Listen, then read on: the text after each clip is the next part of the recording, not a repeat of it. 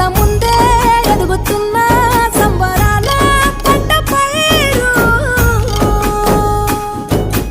వంద గడపల మందన పల్లె గోడ గట్టని గూడు నా పల్లె చెరువుల తుల్లటి జల్ల షాపోలే